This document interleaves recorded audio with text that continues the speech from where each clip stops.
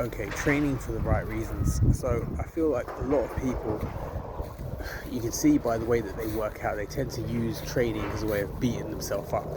And they do this without necessarily realizing it, but they're sort of training themselves in a way they're kind of almost like punishing themselves.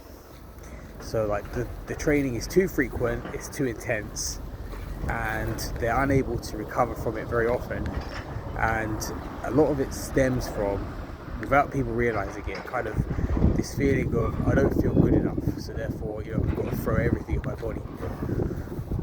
Or they have this insecurity that if they don't do that, they're not going to keep seeing results.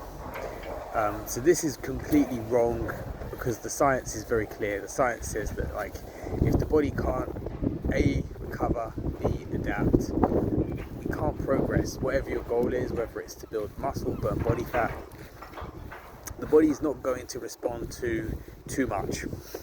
And when you're doing too much, you can feel it. We're honest with ourselves.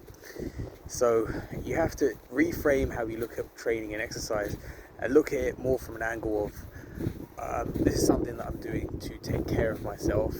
It's not only just about the aesthetic look I achieve, but also is it actually making me feel better or not? Because if it's not, and it's actually in fact making you feel worse, then you're overdoing the intensity and or the frequency, and you need to dial it down until you get to a point where you're actually feeling energized and good after this training, and you feel like you can handle what you're doing and it's not overwhelmingly too much. Okay, view exercise as a way of taking care of yourself.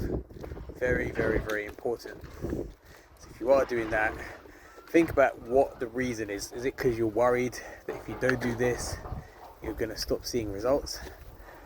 Is it because you just don't like something about your body, perhaps?